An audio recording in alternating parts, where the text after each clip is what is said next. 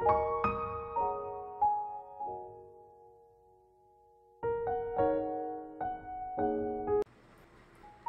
Dears, welcome back to Manasadri Kannada vlog. ನಾನು ಇವತ್ತು ಬಂದು ಫ್ರೈಡೇ ವಿಡಿಯೋನ ಶೇರ್ ಮಾಡ್ತಾ ಇದ್ದೀನಿ. ಇವತ್ತು ಊರಿಗೆ ಹೋಗ್ತಾ ಇದ್ದೀವಿ. ಸೊ ಹಾಗಾಗಿ ವಿಡಿಯೋನ ಊರಿಗೆ ಹೋಗೋಕೆ ಮುಂಚೆನೇ ಸ್ಟಾರ್ಟ್ ಮಾಡ್ಕೊಳ್ಳೋಣ ಅಂತೇಳಿ ಸ್ಟಾರ್ಟ್ ಮಾಡ್ಕೊಂಡಿದ್ದೀನಿ. ನಿಮ್ಮೆಲ್ಲರಿಗೂ ಈ ವಿಡಿಯೋ ಇಷ್ಟ ಆಗ್ಬೋದು ಅಂತ ಅನ್ಕೊಂಡಿದ್ದೀನಿ. ಪ್ಲೀಸ್ ವಿಡಿಯೋನ ಎಲ್ಲರೂ ಸ್ಕಿಪ್ ಮಾಡ್ತೇನೆ, ಕಂಪ್ಲೀಟಾಗಿ ನೋಡಿ ಅಂತ ಕೇಳ್ಕೊಂತ ಬನ್ನಿ. ಇನ್ನು ಏನು ಪ್ಯಾಕಿಂಗ್ ಎಲ್ಲ ಮಾಡ್ಕೊಂಡಿಲ್ಲ, ಏನು ಜಾಸ್ತಿ ಪ್ಯಾಕಿಂಗ್ ಏನೂ ಇಲ್ಲ. ಜಸ್ಟ್ ಇವತ್ತು ಈವ್ನಿಂಗ್ ಹೋಗ್ಬಿಟ್ಟು ಸಂಡೇ ಮಧ್ಯಾಹ್ನ ಎಲ್ಲ ಬರ್ತೀವಿ. ಸೊ ಹಂಗಾಗಿ ಎರಡೆರಡು ಜೊತೆ ಆದರೆ ಸಾಕಾಗುತ್ತೆ. ಸೊ ಜಾಸ್ತಿ ಏನು ಪ್ಯಾಕಿಂಗ್ ಇಲ್ಲ. ಇವಾಗ ಮಾಡಿಕೊಂಡು ಮಗುಗೆ ಊಟ ಮಾಡಿಸಿ ಮಾನ್ವಿತಂಗೆ ಕರ್ಕೊಂಡು ಬಂದು ನಾವೆಲ್ಲ ರೆಡಿಯಾಗಿದ್ದರೆ ಹಸ್ಬೆಂಡ್ ಆಫೀಸಿಂದ ಬಂದ ತಕ್ಷಣ ಹೊರಡ್ತೀವಿ. ವಾಯ್ಸ್ ಹೋಗಿದೆ, ಆ್ಯಕ್ಚುಲಿ ಕೋಲ್ಡ್ ಜಾಸ್ತಿ ಆಗಿದೆ. ಊರಿಗೆ ಹೋಗೋಕ್ಕೂ ಸ್ವಲ್ಪ ಭಯನೇ, ಯಾಕಂದರೆ ಊರಲ್ಲಿ ಇನ್ನೂ ಶೀತ ಜಾಸ್ತಿ. ಕೆರೆ ಪಕ್ಕನೇ ಮನೆ ಇರೋದ್ರಿಂದ ಸ್ವಲ್ಪ ಚಳಿನೂ ಜಾಸ್ತಿ. ಆದ್ರೂ ಹೋಗ್ಬರೋಣ ಅಂತ ಹೇಳ್ಬಿಟ್ಟು ಹೊರಟಿದ್ದೀವಿ. ಸ್ವಲ್ಪ ಲೇಟಾಗಿ ಈ ವಿಡಿಯೋನ ಶೇರ್ ಮಾಡ್ತಾ ಇದ್ದೀನಿ. ನಾವು ವಾಪಸ್ ಬ್ಯಾಂಗ್ಳೂರಿಗೆ ಬಂದಿದ್ದು ಸಂಡೇ.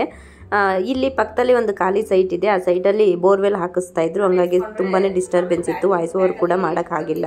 ಮತ್ತೆ ಯಾವುದು ಮಿಸ್ ಆಗಲ್ಲ. ಇದು ಒಂದು ಈ ಸಲ ಗೌರಿ ಹಬ್ಬಕ್ಕೆ ಕೊಟ್ಟು ಕಳಿಸಿತ್ತಲ್ವಾ ಅಮ್ಮ, ಅದು ಕೂಡ ತಗೊಂಡು ಹೋಗ್ತಾ ಇದ್ದೀನಿ. ಸುಮ್ಮನೆ ಇಲ್ಲಿ ಇಟ್ಕೊಂಡ್ರೆ ನಾನು ಬೀರಲ್ಲಿ ಇಟ್ಕೊಂಡಿರ್ಬೇಕು. ನೀವು ನನ್ನ ವೀಡಿಯೋಸಲ್ಲಿ ನೋಡಿರ್ಬೋದು, ನಾನು ಯಾವ ವೀಡಿಯೋಸಲ್ಲೂ ಕೂಡ ಸ್ಯಾರಿನೇ ವೇರ್ ಮಾಡಿಲ್ಲ. ಇದು ಅಟ್ಲೀಸ್ಟ್ ಅಮ್ಮನ ಮನೆ ಹತ್ರನಾದ್ರೂ ಯೂಸ್ ಆಗುತ್ತೆ. ಸೊ ಇದೊಂದು ಮರಿದೇನೆ ಇಟ್ಕೊಳ್ಬೇಕು ಅಂತೇಳಿ ಎತ್ತಿಟ್ಕೊತಾ ಇದ್ದೀನಿ. ಮತ್ತೆ ಯಾವಾಗ ಹೋಗ್ತೀವ ಗೊತ್ತಿಲ್ಲ, ಮತ್ತೆ ಊರ್ ಕಡೆಯಿಂದನೂ ಯಾರು ಬರಲ್ಲ. ಸೊ ಹಾಗಾಗಿ ಎತ್ತಿಟ್ಕೊತಾ ಇದ್ದೀನಿ. ಮತ್ತೆ ಇದು ಡ್ರೆಸ್ ಬಂದು ನಮ್ಮ ಅತ್ತಿಗೆಗೆ ಅಂತ ತಗೊಂಡಿದ್ದು. ಗೌರಿ ಹಬ್ಬಕ್ಕೆ ನಮ್ಮ ಅತ್ತಿಗೆಗೆ ಡ್ರೆಸ್ ಕೊಡಿಸ್ತೀವಿ. ನಾನಷ್ಟೇ ಅಲ್ಲ, ನನ್ನ ಇಬ್ಬರಕ್ಕನೂ ಕೂಡ ಏನಾದರೂ ಡ್ರೆಸ್ ಆದರೂ ಆಯಿತು, ನೈಟಿ ಆದರೂ ಆಯಿತು, ಅವಳಿಗೆ ಏನು ಮಿಸ್ ಮಾಡ್ತೇನೆ ಎಲ್ಲ ಹಬ್ಬದಲ್ಲೂ ಗೌರಿ ಹಬ್ಬದಲ್ಲಿ ಕೊಡ್ತೀವಿ. ಸೊ ಈ ಸಲ ನಾನು ಈ ಡ್ರೆಸ್ನ ತಗೊಂಡೆ ಬ್ಲ್ಯಾಕಲ್ಲಿ. ನನಗೆ ಬ್ಲ್ಯಾಕ್ ಮುಂಚೆ ಎಲ್ಲ ಬ್ಲೂ ಕಲರ್ ಇಷ್ಟ ಆಗೋದು, ಇತ್ತೀಚೆಗಂತೂ ಸಿಕ್ಕಾಬಿಟ್ಟೆ ಬ್ಲ್ಯಾಕ್ ಇಷ್ಟ ಆಗುತ್ತೆ. ಸೊ ಇದು ಬ್ಲ್ಯಾಕಲ್ಲಿ ತಗೊಂಡಿದ್ದೀನಿ. ಸಿಂಪಲ್ ಆಗಿ ತುಂಬ ಚೆನ್ನಾಗಿದೆ. ವೆಯ್ಟ್ಲೆಸ್ಸು ವೇಲ್ ಕೂಡ ಅಷ್ಟೇ, ವೇಲ್ ಕೂಡ ಚೆನ್ನಾಗಿದೆ. ಹಾಕೊಂಡ್ರೆ ಚೆನ್ನಾಗಿ ಕಾಣುತ್ತೆ. ನಮ್ಮ ಅದಕ್ಕೆ ಸಣ್ಣ ಇದ್ದಾಳಲ್ವ, ಅವಳಿಗೆ ಇನ್ನೂ ಚೆನ್ನಾಗಿ ಕಾಣುತ್ತೆ. ನಾನಂದ್ರೆ ಸ್ವಲ್ಪ ದಪ್ಪ ಇದ್ದೀನಲ್ವ, ಅಷ್ಟು ಚೆನ್ನಾಗಿ ಕಾಣಲ್ಲ. ನಮ್ಮ ಅದಕ್ಕೆ ಚೆನ್ನಾಗಿ ಕಾಣುತ್ತೆ. ವೇಲು ಕೂಡ ತುಂಬ ಚೆನ್ನಾಗಿದೆ ಡಿಸೈನ್. ಅದಕ್ಕೆ ಇಷ್ಟ ಆಗ್ಬೋದು ಅಂತ ಅನ್ಕೊಂಡಿದ್ದೀನಿ. ನಾನು ಸುಮ್ಮನೆ ನಮ್ಮ ಅಣ್ಣಗೆ ಫೋಟೋ ಕಳಿಸಿ ಕೇಳಿದೆ ಹೆಂಗೈತೆ ಅಂತ. ನಿಂಗೆ ಚೆನ್ನಾಗಿ ಕಾಣಲ್ಲ, ಗೀತಂಗೆ ಚೆನ್ನಾಗಿ ಕಾಣುತ್ತೆ ಅಂತ ಹೇಳ್ತಾ ಇದ್ದ. ನನಗೆ ಗೊತ್ತಿಲ್ಲ ಆ್ಯಕ್ಚುಲಿ ಇದು ಗೀತಂಗೇನೆ ತಗೊಂಡಿರೋದು ಅಂತ. ಎಲ್ಲನೂ ಪ್ಯಾಕ್ ಮಾಡ್ಕೊಬೇಕು, ಎಲ್ಲ ಒಂದು ಕಡೆ ಎತ್ತಿರ್ತೀನಿ. ಆಮೇಲೆ ಮಾನ್ವಿತನ ಸ್ಕೂಲಿಂದ ಕರ್ಕೊಂಡು ಬಂದಮೇಲೆ ಒಂದ್ಸಲ ನೀಟಾಗಿ ಇಟ್ಕೊಳ್ತೀನಿ. ಫ್ರೈಡೇ ಆಗಿದ್ದರಿಂದ ಬೆಳಗ್ಗೆ ವಾರ ಕೂಡ ಮಾಡಿರಲಿಲ್ಲ. ಸೊ ಎಲ್ಲನೂ ರೆಡಿ ಮಾಡಿ ಇಟ್ಟರೆ ಹೋಗೋ ಟೈಮಲ್ಲಾದ್ರೂ ಪೂಜೆ ಮಾಡಿ ಹೋಗ್ಬೋದು ಅಂತ ಹೇಳ್ಬಿಟ್ಟು ವಾರ ಮಾಡೋದಕ್ಕೆಲ್ಲನೂ ರೆಡಿ ಮಾಡ್ತಾ ಇದ್ದೀನಿ. ಸಂಜೆ ಮಾಡ್ತೀನಿ, ಮಧ್ಯಾಹ್ನ ಆಗಿರೋದ್ರಿಂದ ಇವಾಗ ಪೂಜೆ ಮಾಡಲ್ಲ. ನಾನು ಸಂಜೆನೇ ಪೂಜೆ ಮಾಡಿಬಿಟ್ಟು ಊರಿಗೆ ಹೋಗಬೇಕು. ಸ್ಕೂಲ್ ಟೈಮಿಂಗ್ ಕೂಡ ಆಗ್ತಿತ್ತು. ಸೊ ಅಷ್ಟರಲ್ಲಿ ರೆಡಿ ಮಾಡಿ ಹೋಗಿ ಮಾನ್ವಿತಂಗೆ ಕರ್ಕೊಂಡು ಬಂದು ಅವಳಿಗೆ ಕೂಡ ಸ್ನಾನ ಮಾಡಿಸಿರ್ಲಿಲ್ಲ. ಸೊ ಸ್ನಾನ ಎಲ್ಲ ಮಾಡಿಸ್ಬಿಟ್ಟು ರೆಡಿ ಮಾಡಿದ್ರೆ ನನ್ನ ಹಸ್ಬೆಂಡ್ ಬರ್ತಿದ್ದಂಗೆ ಹೊರಡೋದಕ್ಕೆ ಕೂಡ ಈಸಿ ಆಗುತ್ತೆ. ಊರಿಗೆ ಹೋಗೋದು ಕೂಡ ಸಡನ್ ಪ್ಲ್ಯಾನ್ ಅಂತಲೇ ಹೇಳ್ಬೋದು. ಹೋಗೋ ಪ್ಲ್ಯಾನ್ ಇರಲಿಲ್ಲ, ಯಾಕಂದರೆ ಮಾನ್ವಿತಂಗೆ ಎಕ್ಸಾಮ್ ನಡೀತಿದ್ದಾವೆ.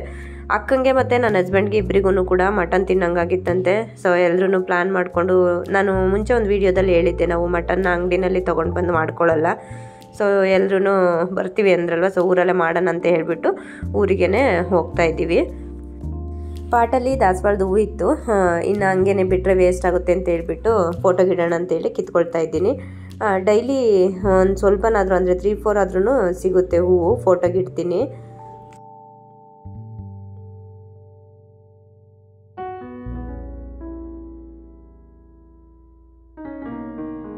ಡೈಲಿ 5-6 ಸಿಗ್ತಾ ಇರುತ್ತೆ ನಾನು ಹಾಕಿರೋ ಗಿಡದಲ್ಲಿ. ಅದನ್ನು ಕೂಡ ಡೈಲಿ ಕಿತ್ಕೊಂಡು ಫೋಟೋಗಿಡ್ತಾ ಇದ್ದೀನಿ. ನೋಡಿ ಇಷ್ಟು ಸಿಕ್ಕಿದೆ. ಯೆಲ್ಲೋ ಕಲರ್ ಬಂದು ಈ ಥರ ಏನಾಗ್ಬಿಟ್ಟಿದೆ, ಇದು ಹೋಗೋದಕ್ಕೆ ಏನು ಮಾಡಬೇಕು ಅಂತ ಗೊತ್ತಿಲ್ಲ. ಶಾಂಪು ಹಾಕಿದ್ರೆ ಹೋಗುತ್ತೆ ಅಂತ ಹೇಳಿದ್ರು. ಶಾಂಪು ಕೂಡ ಸ್ಪ್ರೇ ಮಾಡಿದ್ದೆ, ಬಟ್ ಹೋಗಿಲ್ಲ. ಎಷ್ಟು ಚೆನ್ನಾಗಿದೆ.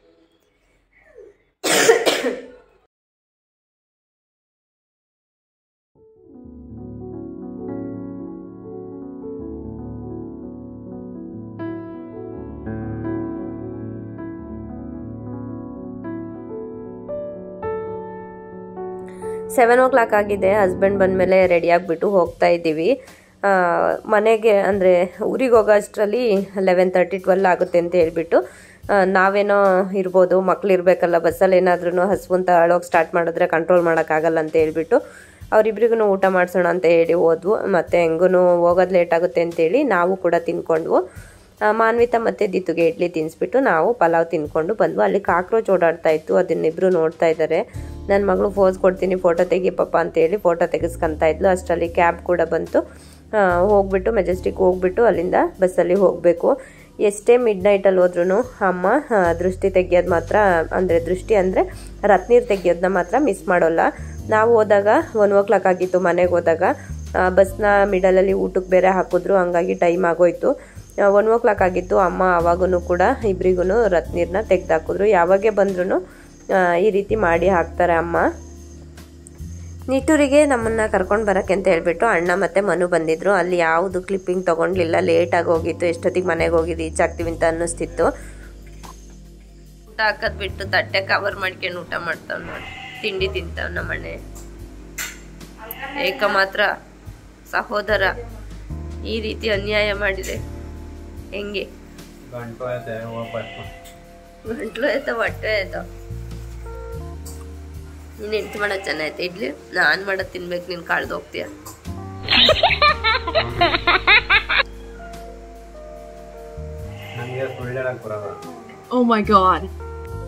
ನಮ್ಮ ಅತ್ತಿಗೆ ಅಂತೂ ತಿಂಡಿ ಅಡುಗೆ ಮಾಡೋದ್ರಲ್ಲಿ ಎಕ್ಸ್ಪರ್ಟ್ ಅಂತಲೇ ಹೇಳ್ಬೋದು. ಸಿಕ್ಕಾಬಟ್ಟೆ ಚೆನ್ನಾಗಿ ಮಾಡ್ತಾಳೆ.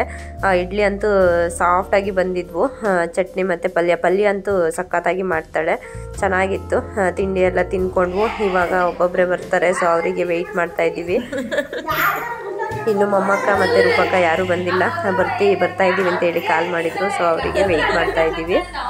ನಮ್ಮಣ್ಣ ರೇಗಿಸ್ತಿದ್ದ ಒಬ್ರಿಗೆ ಒಂದೊಂದೇ ಇಡ್ಲಿ ಅಂತ ಹೇಳ್ಬಿಟ್ಟು. ನಮ್ಮ ಬಾವನ ತಟ್ಟೆನಲ್ಲಿ 2 ಇಡ್ಲಿ ನೋಡ್ಬಿಟ್ಟು ಒಂದ್ ಎತ್ಕೊ ಅಂತ ಹೇಳಿ ರೇಗಿಸ್ತಾ ಇದ್ದ. ಇದು ಬಾಂಡ್ಲಿ ಬಂದ್ಬಿಟ್ಟು ಮಾನ್ವಿತಾ ಚಿಕ್ಕವಳಿದ್ದಾಗ ಸರಿ ಮಾಡಕ್ಕೆ ಅಂತ ತಗೊಂಡಿದ್ದು. ಅದಾದ್ಮೇಲೆ ಅಚ್ಚುಗೆ ಸರಿ ಮಾಡಕ್ಕೆ ಯೂಸ್ ಮಾಡಿದ್ವು. ತುಂಬಾ ಚೆನ್ನಾಗಿದೆ, ಕ್ಯೂಟ್ ಆಗಿದೆ. ಪುಟಾಣಿಗಿರೋದ್ರಿಂದ ತುಂಬಾ ಚೆನ್ನಾಗಿ ಅನ್ಸುತ್ತೆ ನೋಡೋದಕ್ಕೆ. ಡಿಮಾರ್ಟ್ ಅಲ್ಲಿ ತಗೊಂಡಿದ್ದು.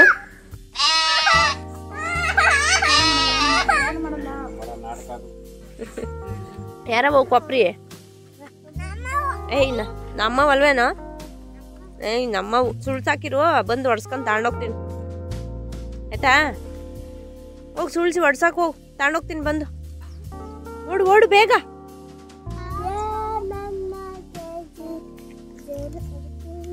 ಕಣ್ಣಾದ ಸಬಲ ಮೈ ತುಂಬಿದೆ, ಕಂಸ ನಡೆಯೋದೆಯ ಜೀವ ಜಲ್ಲಂಗಿದೆ, ಬೇರೆ ದಾರಿ ಅಲ್ಲ ನಾನು ಹೇಳು ನಾನು ಹುಡುಕಿ ನನ್ನ ನಿರ್ಧಾರ ನೀನು. ಯಾವುದಾದ್ರೂ ಒಂದು ಸಾಂಗ್ನ 2 ಟೈಮ್ ಕೇಳಿದ್ರೆ ಫುಲ್ ಸಾಂಗ್ ಕಂಪ್ಲೀಟಾಗಿ ಕಲ್ತ್ಕೊಂಡಿರ್ತಾನೆ. ಫುಲ್ ಸಾಂಗ್ ಹೇಳ್ಸೋಣ ಅಂತೇಳಿ ನಿಂತ್ಕೊಂಡಿದ್ದೆ. ಅಷ್ಟರಲ್ಲಿ ನಮ್ಮ ಅಕ್ಕ ಬಂದ್ಲು, ಸೊ ಸ್ಟಾಪ್ ಮಾಡ್ದ. ನನ್ನ ಹಸ್ಬೆಂಡ್ ಹೋಗ್ಬಿಟ್ಟು ನಮ್ಮ ಅಕ್ಕನ ಮತ್ತು ಪ್ರಾರ್ಥನನ್ನ ಕರ್ಕೊಂಡು ಬಂದರು. ಇಲ್ಲೆಲ್ಲ ಮಟನ್ ಕಟ್ ಮಾಡ್ತಾ ಇದ್ದಾರೆ. ಊರಿಗೆ ಬಂದಿದ್ದ ರೀಸನ್ ಇದೇನೆ. ಅಕ್ಕಂಗೆ ಮತ್ತು ನನ್ನ ಹಸ್ಬೆಂಡ್ಗೆ ಇಬ್ಬರಿಗೂ ಮಟನ್ ತಿನ್ನಂಗಾಗ್ಬಿಟ್ಟು ಮಟನ್ ಮಾಡೋ ಪ್ಲ್ಯಾನ್ ಆಯಿತು. ಸೊ ಮಟನ್ ಮಾಡೋದಕ್ಕೆ ಎಲ್ಲ ಪ್ರಿಪ್ರೇಷನ್ ನಡೀತಾ ಇದೆ. ದೊಡ್ಡಕ್ಕ ಇನ್ನೂ ಬಂದಿಲ್ಲ, ನಮ್ಮ ರೂಪಕ್ಕ ಇನ್ನೂ ಬಂದಿಲ್ಲ. ಅವಳು ಸಂಜೆ ಬರ್ತಾಳೆ. ಸಂಜೆ ಹೋಗ್ಬಿಟ್ಟು ಕರ್ಕೊಂಡು ಬರಬೇಕು ನಿಟ್ಟೂರಿಗೆ. ಬರೀ ನಾವುಗಳು ಹೋದ್ರೇ, ಅಂದರೆ ನಮ್ಮ ನಂಜಪ್ಪನ ಮಕ್ಕಳು ಏನು 4 ಜನ ಇದ್ದೀವಲ್ವ, ಅವ್ರು ಹೋದ್ರೇ ಏನೋ ಒಂದು ದೊಡ್ಡ ಹಬ್ಬ ಮಾಡ್ತಿದ್ದಾರೆ ಅಂತ ಅನಿಸ್ಬಿಡುತ್ತೆ. ಅಷ್ಟು ಜನ, ಮನೆಯೆಲ್ಲ ಫುಲ್ ಸೌಂಡು. ಅದರಲ್ಲಿ ನಮ್ಮನೆ ಮಕ್ಕಳು ಸ್ವಲ್ಪ ವಾಯ್ಸ್ ಜಾಸ್ತಿ ಜೋರಾಗಿ ಕಿತ್ತಾಡ್ಕೊಂಡು ಆಟ ಆಡ್ತಾರೆ. ಸೊ ಏನೋ ಹಬ್ಬ ಮಾಡ್ತಿದ್ದಾರೆ ಅಂತ ಅನ್ಕೊಬೇಕು, ಅಷ್ಟು ಸೌಂಡ್ ಇತ್ತು.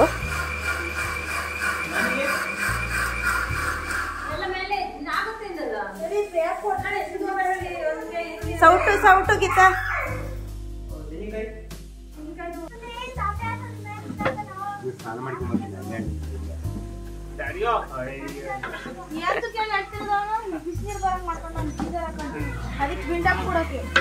ಅಡುಗೆ ಮಾಡೋದಕ್ಕೆ ಸ್ಟಾರ್ಟ್ ಮಾಡಿಕೊಂಡ್ರು. ನಾರ್ಮಲಾಗಿ ಜಾಸ್ತಿ ಕ್ವಾಂಟಿಟಿನಲ್ಲಿ ಅಡುಗೆ ಅಂತಂದರೆ ನಮ್ಮ ಭಾವನೆ ಮಾಡೋದು. ಇನ್ನು ನನ್ನ ಹಸ್ಬೆಂಡು ಏನಾದರೂ ಸ್ಪೆಷಲಾಗಿ ಟ್ರೈ ಮಾಡೋಕ್ಕೆ ಮಾಡ್ತಾರೆ, ಅಂದರೆ ರೆಸಿಪಿನ ಟ್ರೈ ಮಾಡ್ತಾರೆ. ಸೊ ಇವತ್ತು ಬೋಟಿ ಗೊಜ್ಜನ್ನ ಟ್ರೈ ಮಾಡ್ತಿದ್ದಾರೆ. ಎಲ್ಲಾದರೂ ಔಟ್ಸೈಡ್ ತಿಂದಿರ್ತಾರೆ, ಸೊ ಅದೇ ಟೇಸ್ಟಲ್ಲಿ ಮಾಡೋದಕ್ಕೆ ಟ್ರೈ ಮಾಡ್ತಾ ಇರ್ತಾರೆ.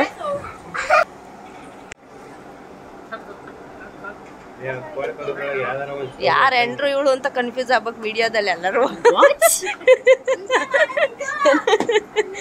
ಅವನೆಂಡ್ರ ನಮ್ಮ ಅಕ್ಕನೂ ನನ್ನ ಹಸ್ಬೆಂಡು ಫೈಟ್ ಆಡ್ತಿದ್ದಾರೆ. ಈ ಕಡೆ ನಮ್ಮ ಅತ್ತಿಗೆ ನಮ್ಮ ಬಾವನ ಹತ್ರ ಸಾಂಬಾರನ್ನ ಮಾಡೋದು ಹೇಳಿಸ್ಕೊತಾ ಇದ್ರು. ಅಂದರೆ ಎಷ್ಟು ಕ್ವಾಂಟಿಟಿಗೆ ಎಷ್ಟು ಸಾಂಬಾರ್ ಪೌಡರ್ನ, ಖಾರದ ಪೌಡರ್ನ ಎಲ್ಲನೂ ಯೂಸ್ ಮಾಡಬೇಕು ಅಂತ ಹೇಳಿ ಹೇಳಿಸ್ಕೊತಾ ಇದ್ಲು. ಈ ಸಲ ಸಾಂಬಾರಂತೂ ತುಂಬಾ ಚೆನ್ನಾಗಿ ಬಂದಿತ್ತು. ಪ್ಯೂರ್ ನಾಟಿ ಸ್ಟೈಲಲ್ಲಿ ಸಾಂಬಾರು ಬಂದಿತ್ತು ಅಂತಲೇ ಹೇಳ್ಬೋದು. ಎಲ್ರಿಗೂ ಇಷ್ಟ ಆಯಿತು. ಸಾಂಬಾರು ಚೆನ್ನಾಗಿ ಆಗಕ್ಕೆ ಒಂದು ರೀಸನ್ ಏನಂದರೆ, ಈ ಸಲ ನಮ್ಮ ಬಾವಂಗೆ ನಾವು ಸಾಂಬಾರು ಮಾಡುವಾಗ ಗರಂ ಮಸಾಲೆ ಪ್ಯಾಕೆಟ್ನ ತೋರಿಸಿರ್ಲಿಲ್ಲ. ಸೊ ಹಂಗಾಗಿ ನೋಡಿಬಿಟ್ಟಿದ್ರೆ ಎಲ್ಲದನ್ನೂ ಹಾಕ್ಬಿಡ್ತಾರೆ ಅವರು. ಪ್ಯಾಕ್ ಎಷ್ಟು ಕೊಡ್ತೀವೋ ಅಷ್ಟು ಹಾಕ್ಬಿಡ್ತಾರೆ. ಸೊ ಹಂಗಾಗಿ ನಾವೇ ಹೈಡ್ ಮಾಡಿ ಇಟ್ಟಿದ್ವು. ಸಾಂಬಾರಂತೂ ಸಖತ್ತಾಗಿ ಬಂದಿತ್ತು. ನೋಡಿ ಬರೀ ನಾವುಗಳೇ ಎಲ್ಲರೂ ಸೇರಿಕೊಂಡ್ರೆ ನಮಗೇ ಒಂದು ಮರಿ ಮಟನ್ ಬೇಕಾಗುತ್ತೆ. ಇದು ನನ್ನ ಹಸ್ಬೆಂಡ್ ರೆಸಿಪಿ. ಇದೇನು ಇದು ಬೋಟಿ ಗೊಜ್ಜು.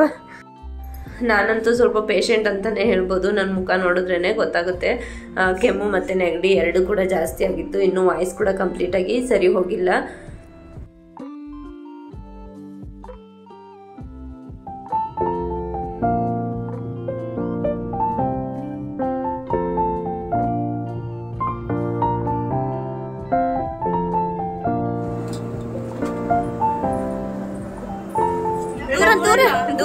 ದೂರ ನಿಂತ್ಕ ಬಿಗಿ ಗಿಡ್ಕ ತಟ್ಟೆ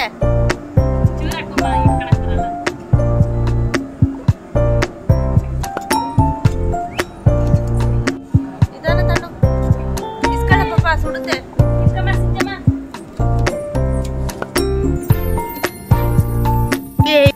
ಇನ್ನ ಇವನು ಬಂದು ನಮ್ಮನ್ನು ಫ್ರೆಂಡು ಸುಮ್ಮನೆ ನಿಂತಿದ್ದ. ಸೊ ಹಂಗಾಗಿ ಬಾಯಲ್ಲಿ ಒಂದು ರೆಸಿಪಿ ಮಾಡಿಸ್ತೀನಿ ಅಂತ ಹೇಳ್ಬಿಟ್ಟು ಅವನ ಹತ್ರ ಒಂದು ರೆಸಿಪಿನ ಮಾಡಿಸ್ದೆ. ಕಂಪ್ಲೀಟಾಗಿ ಅವನೇ ಮಾಡ್ದ ರೆಸಿಪಿನ. ನಾನು ಹೇಳ್ದೆ ಏನೇನು ಹಾಕ್ಬೇಕು ಅಂತ ಹೇಳಿ ಎಲ್ಲ ಹಚ್ಕೊಟ್ಟಿದ್ದೆ. ಸೊ ಅವನೇ ಮಾಡ್ದ.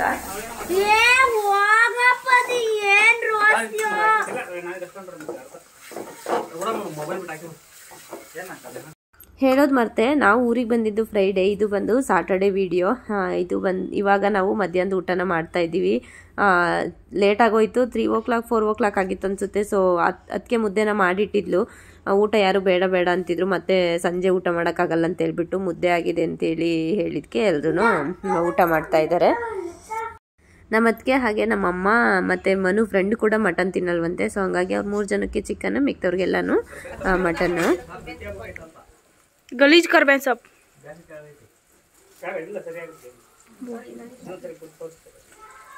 पेस्ट हाकि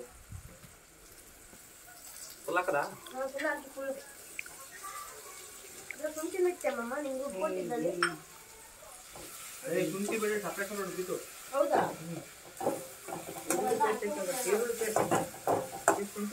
ಅದಾದ್ಮೇಲೆ ಚಿಕನ್ ಹಾಕಪ್ಪಿ. ಸೌಂಡ್ ಕಮ್ಮಿ ಕಿತ ಸೌಂಡ್ ಇದು ಚಿಕನ್ ಹಾಕಿ ಬಾ. ಅರವತ್ತ ಇಲ್ಲ ಫುಲ್ ಹಾಕ್ಬಿಡೋದಾ ಚಿಕನ್? ಹಾಕ್ ತರಿ ವಿಡಿಯೋ ಮಾಡ್ತೀನಿ ಅಂತ.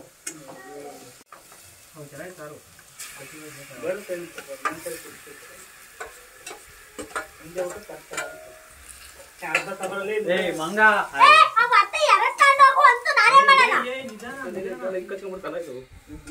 ಮಿಕ್ಸ್ ಮಾಡ್ಲ ಬೇಗ.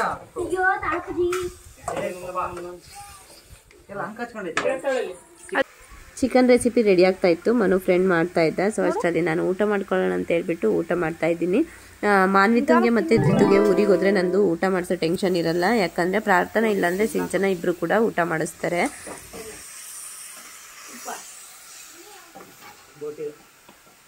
ಹೆಂಗೆ ನಮ್ಮ ಯಜಮಾನ್ರು ಅಂಕಲ್ ನಿಂದು ಹಾಕಿದ್ದ ಬಾಟಿನ ಅಷ್ಟೊಂದು ಮಾಡಿದ್ಯಲ್ಲ. ಬೋಟಿ ತಿಂದು ಮಾಡಿ ಊಟ ಸಿಕ್ಕಾಗುತ್ತೆ. ನೀನು ಮಾಡ್ತೀನಿ ಅಂತವ ನೀನು ಮಾಡ್ಬೇಕು. ಹಿಂಗೆ ಚೆನ್ನಾಗಿ ಫ್ರೈ ಆಗಲಿ. ನೀರು ಬಿಟ್ಕಂತ ಚಿಕನ್ ಫ್ರೈ ಮಾಡೋಕ್ಕೋಗಿ ಮನು ಫ್ರೆಂಡ್ ಕೈ ಕೂಡ ಬೊಬ್ಬೆ ಬಂತು. ಬಿಸಿ ಸೌಟ್ನ ಹಿಡ್ಕೊಂಡಿದ್ದಾನೆ. ಪಾಪ ಅವನಿಗೆ ಗೊತ್ತಾಗಿಲ್ಲ ಬಿಸಿ ಇದೆ ಅಂತ ಹೇಳ್ಬಿಟ್ಟು.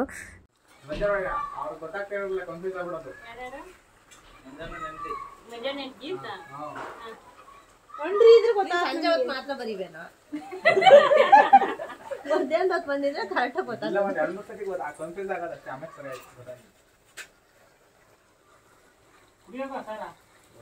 ನಮ್ಮ ಬಾವನ ತೊಡೆ ಮೇಲೆ ನಮ್ಮ ಅಣ್ಣ ಮಲ್ಕೊಂಡಿದ್ದ ನೋಡಿ. ಅದೇ ನಮ್ಮ 2ನೇ ಭಾವ ಇದ್ದಿದ್ರೆ, ಅಂದರೆ ನಮ್ಮ ಅಮ್ಮಕ್ಕನ ಹಸ್ಬೆಂಡ್ ಇದ್ದಿದ್ರೆ, ಅವನು ಮಾತು ಕೂಡ ಆಡ್ತಿರ್ಲಿಲ್ಲ. ಅಷ್ಟು ಸೈಲೆಂಟಾಗಿ ಇರ್ತಾ ಇದ್ದ.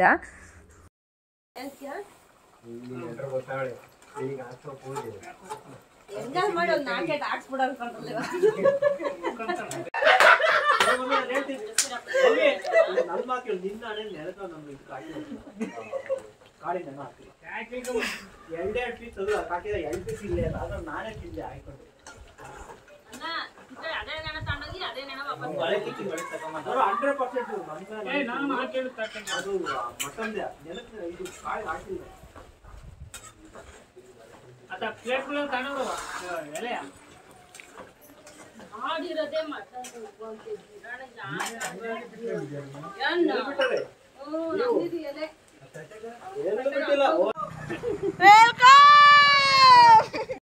ನಮ್ಮ ಬಾವ ಕೂಡ ಬಂದ್ರು, ಹಾಗೆ ನಮ್ಮ ಅಕ್ಕ ಕೂಡ ಬಂದ್ಲು.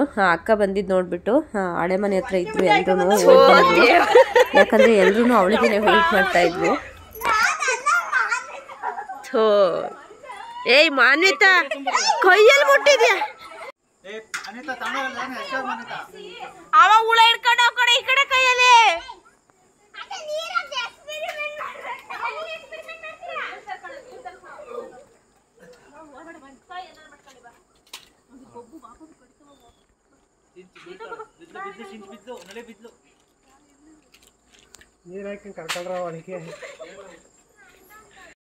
ನಾನ್ ವೆಜ್ ತಿಂದ್ಮೇಲೆ ಸ್ವೀಟ್ ತಿನ್ಬೇಕಂತ ಅನ್ಸುತ್ತೆ ನನಗೆ. ಸ್ವೀಟ್ ಇಲ್ಲ ಅಂತ ಅಂದರೆ ಟೀನಾದರೂ ಮಾಡ್ಕೊಂಡು ಕುಡಿತೀನಿ. ನಿಮಗೆ ಯಾರಿಗಾದ್ರೂ ನಾನ್ ವೆಜ್ ತಿಂದಮೇಲೆ ಸ್ವೀಟ್ ತಿನ್ಬೇಕಂತ ಅನ್ಸುತ್ತಾ? ಕಮೆಂಟ್ ಸೆಕ್ಷನಲ್ಲಿ ಕಮೆಂಟ್ ಮಾಡಿ ಹೇಳಿ. ಅಕ್ಕ ಲೇಟಾಗಿ ಬಂದಿದ್ದಕ್ಕೆ ಅವಳು ಸುತ್ತನೂ ವೆಯ್ಟ್ ಮಾಡ್ತಾ ಇದ್ದೀವಿ, ಎಷ್ಟು ತಿಂತೀಯ ನೋಡ್ತೀವಿ, ಲೇಟಾಗಿ ಬೇರೆ ಬಂದಿದ್ಯಾ ಅಂತ. ಸೊ ಇವತ್ತಿನ ಈ ವಿಡಿಯೋ ನಿಮ್ಮೆಲ್ಲರಿಗೂ ಇಷ್ಟ ಆಗಿದೆ ಅಂತ ಅನ್ಕೊತೀನಿ. ಇದ್ರ ನೆಕ್ಸ್ಟ್ ಕಂಟಿನ್ಯೂ ವಿಡಿಯೋನ ನೆಕ್ಸ್ಟ್ ವಿಡಿಯೋದಲ್ಲಿ ಶೇರ್ ಮಾಡ್ತೀನಿ. ವಿಡಿಯೋ ಇಷ್ಟ ಆಗಿದ್ರೆ ಮರಿದೇನೆ ಲೈಕ್ ಮಾಡಿ, ಫ್ರೆಂಡ್ಸ್ ಆ್ಯಂಡ್ ಫ್ಯಾಮಿಲಿ ಜೊತೆ ಶೇರ್ ಮಾಡಿ. Thank you.